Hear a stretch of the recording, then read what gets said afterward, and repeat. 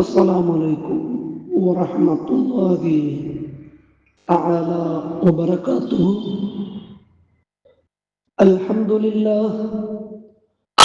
سبحانك لا علم لنا إلا ما علمتنا إنك أنت العليم الحكيم. إن أريد إلا الإصلاح وما استطعت وما توفيقي إلا بالله عليه توكلت وإليه أنيب. ربي اشرح لي صدري ويسر لي أمري واحلل عقدة من لساني ويفقه قولي.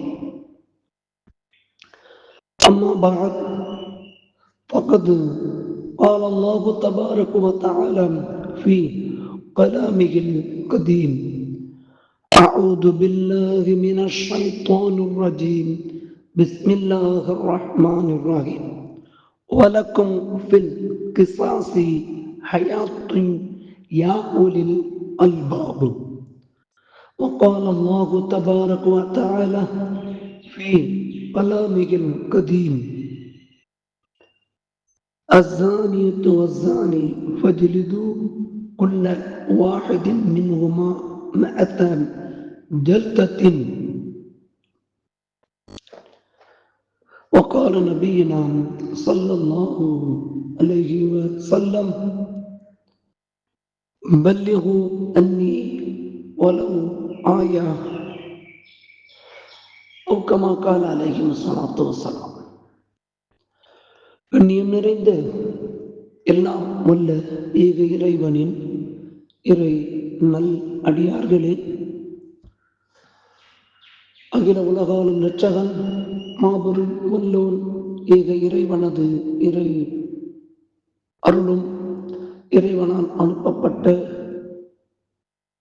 அகில உலக தூதர் நம் உயிரிலும் மேலான கண்மணி நாயகம் ஸல்லல்லாஹு அலைஹி வஸல்லம் அவர்களின் துஆயும் நல்ல ஆசையும் நம் அனைவர்களின் மீதும் மற்றும் உண்டான ஏனைய சமய சமுதாய மக்கள் அனைவர்களின் மீதும் என்றென்றும் எப்பொழுதும் உண்டாகட்டுமாக.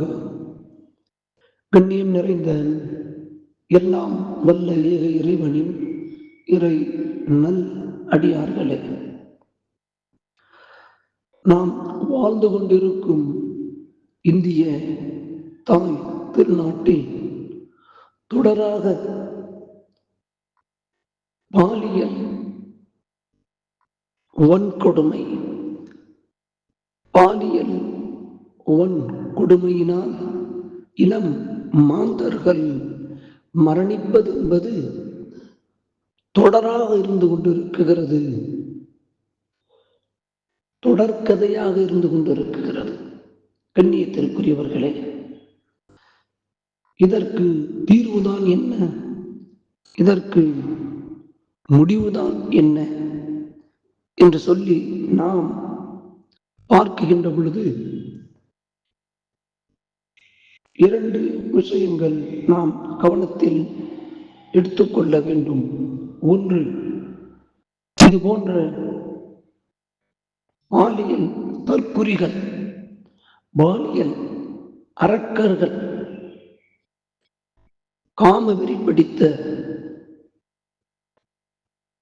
அரக்கர்கள், மிருகம், இந்த மிருகங்களிடமிருந்து இளம் மாந்தர்களை பாதுகாக்க வேண்டும் என்றால் இரண்டு விஷயங்கள் அவசியம். அதை நடைமுறைப்படுத்தியே ஆக வேண்டும். ஒன்று, குற்றம் செய்யக்கூடியவர்களுக்கு உடனடியாக தீர்ப்பு வழங்கி தண்டனை வழங்கப்பட வேண்டும். ஒன்று. இரண்டாவது, இந்த பாலியல் வன்கொடுமைகளுக்கு ஆளாகக்கூடிய நமது இளம் கன்னியர்களுக்கு பெற்றோர்களாகிய நாம் அந்த குழந்தைகளின் மீது, அந்த பிள்ளைகளின் மீது அதிக கவனம் செலுத்துவது அவர்களை கண்காணிப்பது, இந்த இரண்டும் நடைமுறைப்படுத்தப்படுமேயானால் தொடராக நடந்து கொண்டிருக்கக்கூடிய அருவருக்கத்தக்க இந்த செயல், மானக்கேடான இந்த செய்திகளில் இருந்து இந்த சமுதாயத்தில் நம்முடைய இளம் மாந்தர்களை தடுப்பதற்கு இது வழிவகை செய்கிறது என்பதில் எந்தவித சந்தேகமும் இல்லை.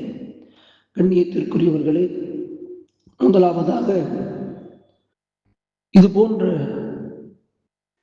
பாலியல் குற்றத்தில் ஈடுபடக்கூடிய அந்த மிருகங்களுக்கு, தற்குறிகளுக்கு, அந்த அரக்கர்களுக்கு இஸ்லாம் வழங்கக்கூடிய குற்றவியல் தண்டனை அவர்களுக்கு வழங்கப்பட வேண்டும்.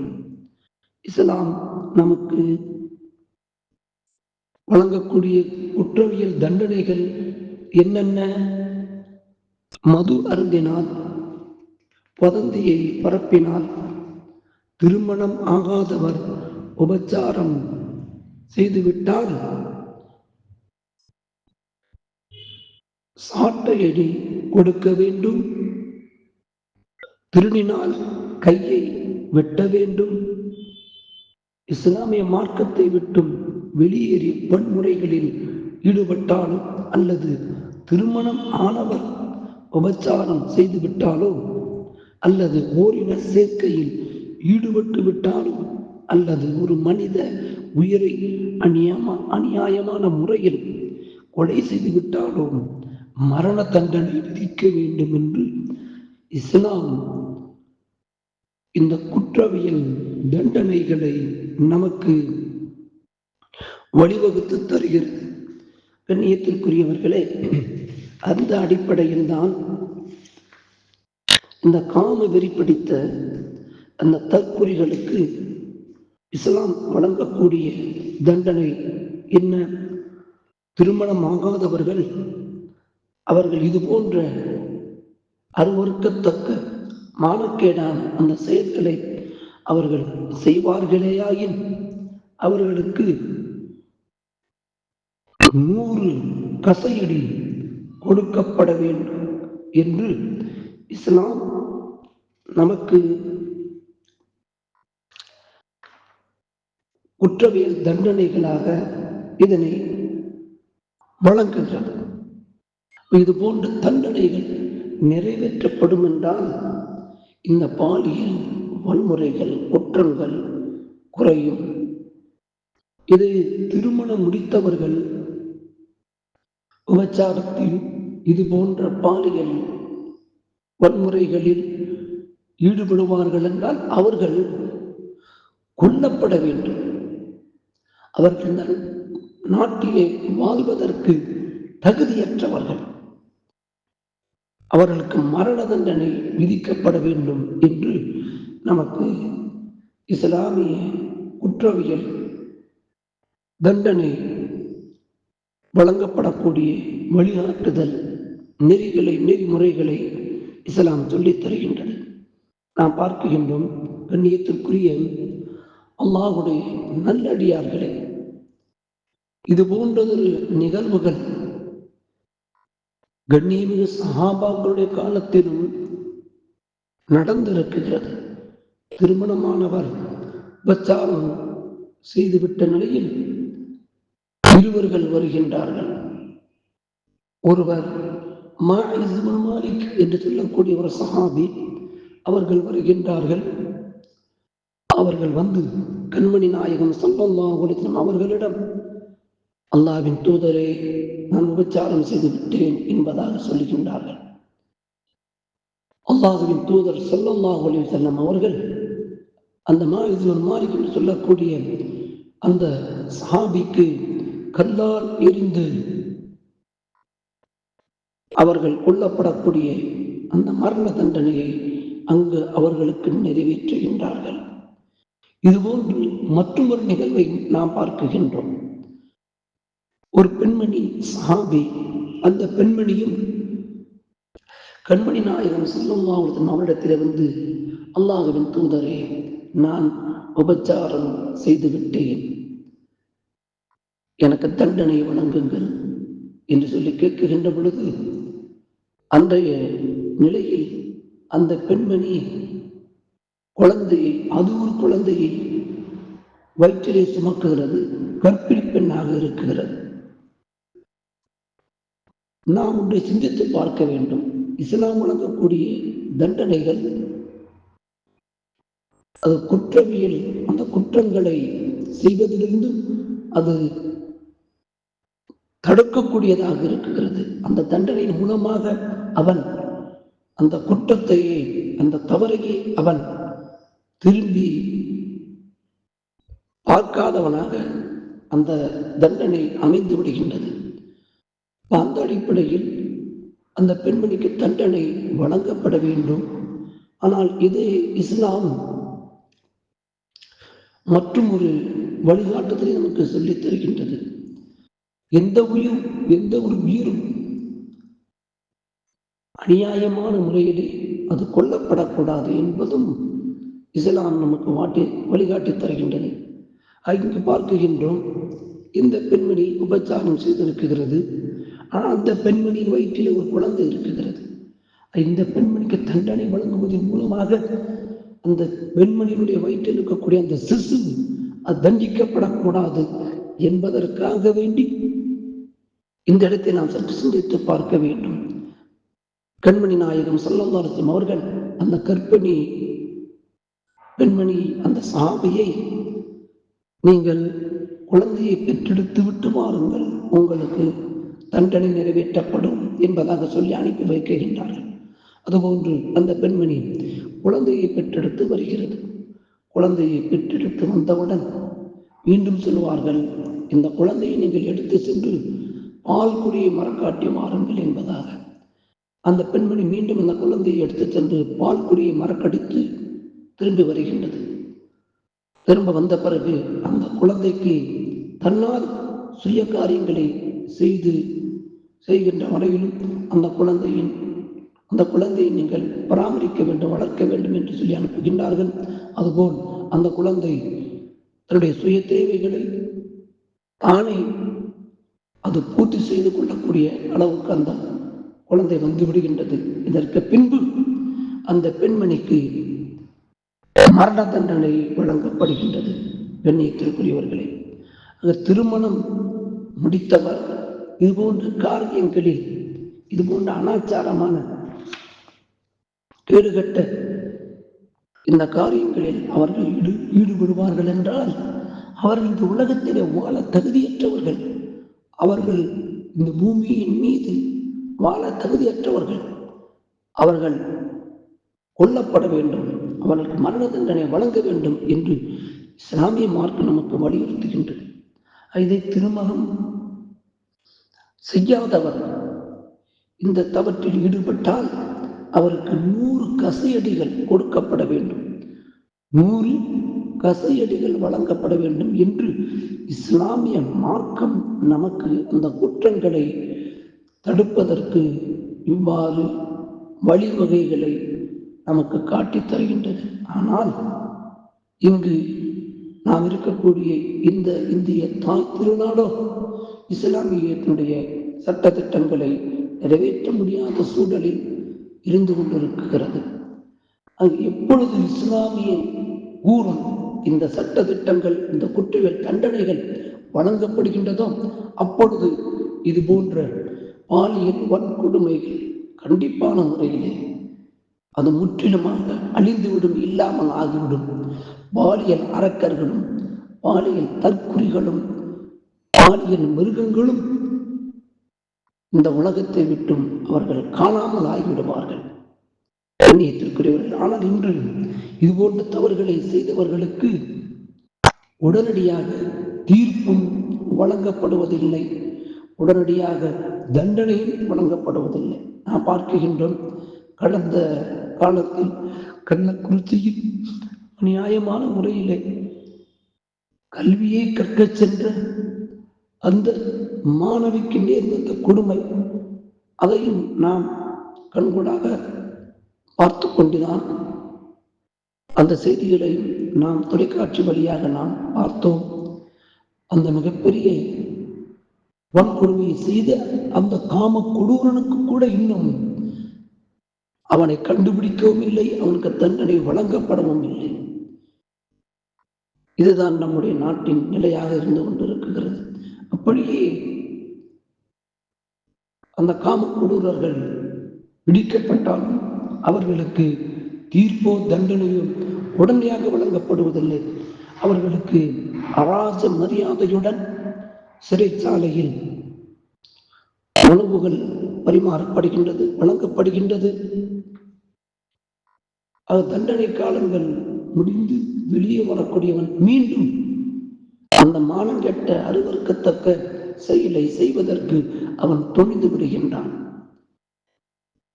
ஆக இஸ்லாம் காட்டக்கூடிய வழிமுறையாகிய தீர்ப்பும் தண்டனையும் உடனடியாக வழங்கப்படும் என்றால் நிச்சயமான முறையில் நிச்சயமாக இது போன்றதொரு அருவருக்கத்தக்க மானங்கட்ட செயல்கள் அது குறையும், இல்லாமலாகும் என்பதில் எந்தவித சந்தேகமும் இல்லை.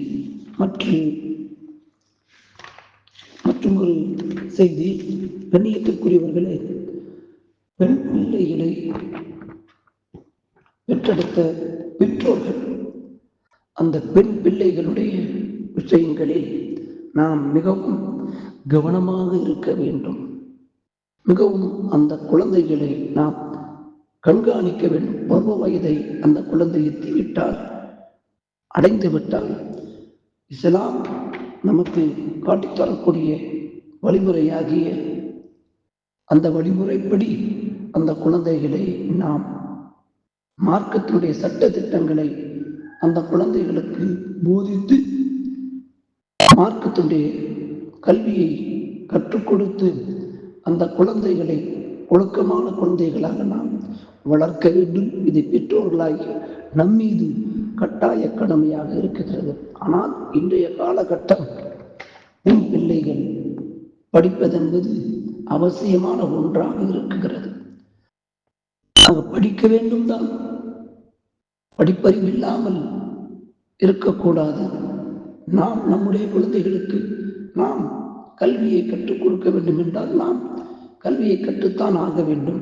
ஆக ஓரளவு நம்முடைய பிள்ளைகளுக்கு நாம் கற்றுக் கொடுக்கக்கூடிய அளவுக்கு நாம் உலக கல்வியை கற்றால் போதுமானது. இந்த உலகத்தில் கல்வியை கற்று பெண்கள், இஸ்லாமிய பெண்கள் எந்த ஒரு சாதனையும் நாம் செய்துவிடப் போவதில்லை. கண்ணியத்திற்குரியவர்களே, ஆனால் மார்க்கம் அனுமதிக்கக்கூடிய வழியிலே முறையிலே கற்று அவர்கள் பல சாதனைகள் செய்யலாம். அதற்கு இஸ்லாம் அனுமதி அளிக்கிறது.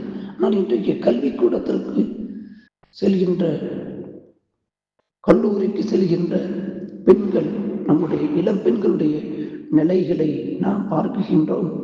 அதற்கு மிக மிக முக்கிய காரணமாக இருக்கக்கூடியது நாம் நம்முடைய பிள்ளைகளுக்கு தொலை தொடர்பு சாதனங்களை அவர்களுக்கு வாங்கி கொடுப்பது. இன்னும் இணையதளம் என்று சொல்லக்கூடிய இன்டர்நெட் ப்ரௌசர் என்று சொல்லக்கூடிய இந்த வசதிகளையும் அந்த குழந்தைகளுக்கு நாம் ஏற்படுத்தி கொடுப்பது. இந்த இரண்டும் தான் பாலியல் வன்முறைகளுக்கு, பாலியல் குற்றங்களுக்கு அந்த பெண் பிள்ளைகள் ஆளாகுவதற்கு காரணமாக இருக்கிறது என்பதை பெற்றோர்களாகிய நாம் அதனை நாம் நன்கு உணர வேண்டும், சிந்திக்க வேண்டும்.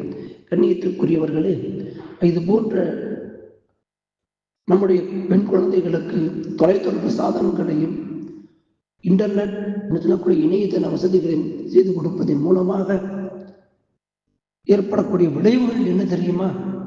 ஒன்று, அந்த குழந்தைகளுக்கு வெட்க உணர்வு என்பது இல்லாமல் ஆகிவிடுகின்றது. இரண்டாவது, அந்த இன்டர்நெட் இணையதள ப்ரௌசர், இந்த தொலைத்தொடர்பு மூலமாக அதில் வரக்கூடிய காட்சிகள், அரைகுறை ஆபாசமான ஆடைகள், ஆபாசமான உடைகள், ஆபாசமான பேச்சுக்கள், இவைகள் நம்முடைய பெண் பிள்ளைகளிடத்திலே அதை பார்த்து இந்த குழந்தைகளும் அதுபோல் தாங்களும் உடை உடுத்த வேண்டும், ஆடை அணிய வேண்டும், பேச வேண்டும் என்று என்ற நிலைக்கு தள்ளப்படுகின்றது. மூன்றாவது, அந்த தொலைத்தொடர்பு கல்வியிலே இன்டர்நெட் ப்ரௌசர்லையும் நாம் பார்க்கின்றோம். அந்நிய ஆடவர்களுடன் சகஜமாக பேசுவது, பழகுவது. இஸ்லாம் இதை மிக வன்மையாக கண்டிக்கிறது. ஒரு பருவம் வயதை அடைந்த பாலிகான பெண் அந்நிய ஆடவருடன் பேசுதல், பார்க்குதல், இவைகளை தடை செய்திருக்கிறது. இறைவனும் அதை தடை செய்கின்றான். 24வது அத்தியாயம் 31ஆம் இறைமறை வசனத்தில் அல்லாஹ் சொல்லி காமிக்கின்றான். பெண்களாகிய அவர்கள் தங்கள் உடலிலே பெரும்பாலும் தெரியக்கூடிய ஆடை, தெரியக்கூடியவை தவிர ஆடை ஆபரணம் போன்ற தங்கள் அலங்காரத்தை அவர்கள் வெளிப்படுத்த வேண்டாம் என்று இறைவன் கூறுகின்றான். ஆனால் இன்றைய தினம் இந்த ப்ரௌசர், இன்டர்நெட், இணையதளம், தொலைத்தொடர்பு மூலமாக அதில் வரக்கூடிய அந்த காட்சிகளை பார்த்து நம்முடைய பிள்ளைகளும் இது போன்ற அரைகுறை ஆடையை நாம் அணிய வேண்டும், உடுத்த வேண்டும் என்று அதற்கு மாறி அதற்கேற்ப உடைகளை, ஆடைகளை அணிந்து செல்வதும் பாலியல் வன்கொடுமைகளுக்கு, பாலியல் உணர்வுகள் தூண்டப்படுவதற்கு இதுவும் காரணமாக ஆகிவிடுகின்றது. நான்காவதாக, இதன் மூலமாக அவர்களுடைய கண்ணியத்தையும் சீர்குலைக்கப்படுகின்றது. இவைகளை அனைத்தையும் தாண்டி இதன் மூலமாக இஸ்லாம் வன்மையாக கண்டிக்கக்கூடிய மானக்கேடான அருவருக்கத்தக்க செயலாகிய விபச்சாரத்திற்கும் அது தூண்டுகோலாக அமைகிறது. அந்த தொலைத்தொடர்பு தொல்லை தரும் சாதனமும் இன்டர்நெட் என்று சொல்லக்கூடிய அந்த இணையதள ப்ரௌசர்களும். கண்ணியத்திற்குரியவர்களே, இன்றைய தினம் நாம் பார்க்கின்றோம். கோவையில் நடந்த பெண்மணி இரவு 11 மணிக்கு ஆண் ஒருவருடன் அந்த பெண் ஏதோ ஒரு தேவைக்காக இருந்திருக்கிறது, பேசிக் கொண்டிருக்கிறது. ஆனால் அந்த நேரத்திலே பாலியல் தற்கொலைகள், பாலியல் மிருகங்கள், பாலியல் அரக்கர்கள் அந்த பெண்ணை பலாத்காரமாக பலவந்தப்படுத்தி அந்த பெண்ணிடம் பாலியல் வன்முறையில் ஈடுபட்டு அந்த பெண்ணை அந்த 3 பாலியல் தற்கொலைகள் கொலை செய்திருந்ததை நாம் அனைவர்களும் தொலைக்காட்சியின் மூலமாக, இணையதளத்தின் மூலமாகவும் அதனை நாம் கண்கூடாக பார்த்தோம். கண்ணியத்திற்குரியவர்களே, இது போன்ற நிலையிலிருந்து நம்முடைய பெண் பிள்ளைகள், அதுவும் குறிப்பாக இஸ்லாமிய மதத்தை சார்ந்த இஸ்லாமியர்களாகி நம்முடைய பெண் மக்கள், நம்முடைய குழந்தைகள் பாதுகாக்கப்பட வேண்டும் என்றால் இந்த 2 விஷயங்களும் கண்டிப்பான முறையிலே, அவசியமான முறையிலே அது நடந்து ஆக வேண்டும். அது சட்டமாகவே அது இயற்றப்பட வேண்டும். எப்பொழுது இது நடக்குகிறதோ அப்பொழுது நமக்கு மட்டுமல்ல, எங்கு இந்த தவறு நடந்தாலும் அந்த தவறை செய்வதற்கு அந்த பாலியல் தற்கொலைகளும், பாலியல் மிருகங்களும், பாலியல் அரக்கர்களும் பயப்படுவார்கள், தலை தெறிக்க ஓடுவார்கள். இந்த குற்றமா, இந்த குற்றத்தை செய்த இந்த தண்டனையா என்று அந்த குற்றத்தின் பக்கமே அவர்கள் செல்வதற்கு தயங்குவார்கள், பயப்படுவார்கள். கண்ணியத்திற்குரியவர்களே, எல்லாம் வல்ல ஏக இறைவன் நாம் வாழும் இந்திய தாய் திருநாட்டில் இதுபோன்று கொடூர பாலியல் செயல்களிலிருந்து நம்முடைய இளம் மாந்தர்களை, இளம் கன்னியர்களை அல்லாஹ் தஆலா பாதுகாப்பானாக. நாம் நம்முடைய பிள்ளைகளுக்கு, நம்முடைய பெண் குழந்தைகளுக்கு மார்க்கத்துடைய கல்வியை, மார்க்கத்துடைய சட்டத்திட்டங்களை நாம் அவர்களுக்கு போதிப்போம். மார்க்க கல்வியை ஊட்டி வளர்ப்போம், மார்க்க கல்வியை கற்றுக் கொடுப்போம். அந்த பெண் குழந்தைகளுடைய எதிர்கால வாழ்க்கை பாதுகாப்பானதாக அமைவதற்கு எல்லாம் வல்ல ஏக இறைவன் அருள் செய்திடுவானாகவும் என்றும் இந்த நல்ல நேரத்திலே இறைவிடத்திலே துவா செய்தவனாகவும், அதோடு மட்டுமல்லாமல் இன்றைய தினம் நாம் ஒரு கவனத்திற்குரிய செயலாக அந்த பெண் கோவையில் நடந்த அந்த பெண்மணி விஷயத்தில் பாலியல் தற்கொலைகளை காவல்துறை அவர்களை சுட்டு அவர்களை துடியல் என்று சொல்லக்கூடிய அந்த இடத்திலே துணிவுடன் அவர்களை சுட்டு பிடித்திருக்கின்றார்கள். இந்த வீர செயல் பாராட்டத்தக்கது, வரவேற்கத்தக்கது. அவர்களுக்கு நம் சார்பாக வாழ்த்துக்களையும் தெரிவித்து கொள்கின்றோம். எல்லாம் வல்ல ஏக இறைவன் இது போன்ற பாலியல் வன்கொடுமையிலிருந்து அனைத்து இளம் மாந்தர்களையும் பாதுகாப்பானாகவும் வல்ல ரப்புல் ஆலமீன் இந்த பாலியல் குற்றத்தில் ஈடுபடக்கூடிய அந்த பாலியல் தற்கொலைகளும் பாலியல் மிருகங்கள் பாலியல் அரக்கர்களுக்கு இஸ்லாம் காட்டக்கூடிய இஸ்லாம் வழங்கக்கூடிய அந்த தண்டனை நிறைவேற்றப்பட வேண்டும், வழங்கப்பட வேண்டும். அது வழங்கப்பட்டாலே தவிர இது போன்ற குற்றங்கள் குறைவதற்கு வாய்ப்பில்லை. ரப்புல் ஆலமீன் விரைவில் நாம் வாழக்கூடிய இந்திய தாய் திருநாட்டிலே இஸ்லாமிய ஆட்சிகள், இஸ்லாமிய சட்டத்திட்டங்கள் ஏற்பட, இஸ்லாமுடைய வாழ்வியல், இஸ்லாமுடைய ஆட்சிகள் ஏற்படுவதற்கும் வல்ல ரப்புல் ஆலமீன் அருள் செய்திடுவானாகவும் என்கின்ற துஆவுடன் எனது வார்த்தைகளை நிறைவு செய்து கொள்கின்றேன். وآخر دعوانا الحمد لله رب العالمين. السلام عليكم ورحمة الله تعالى وبركاته.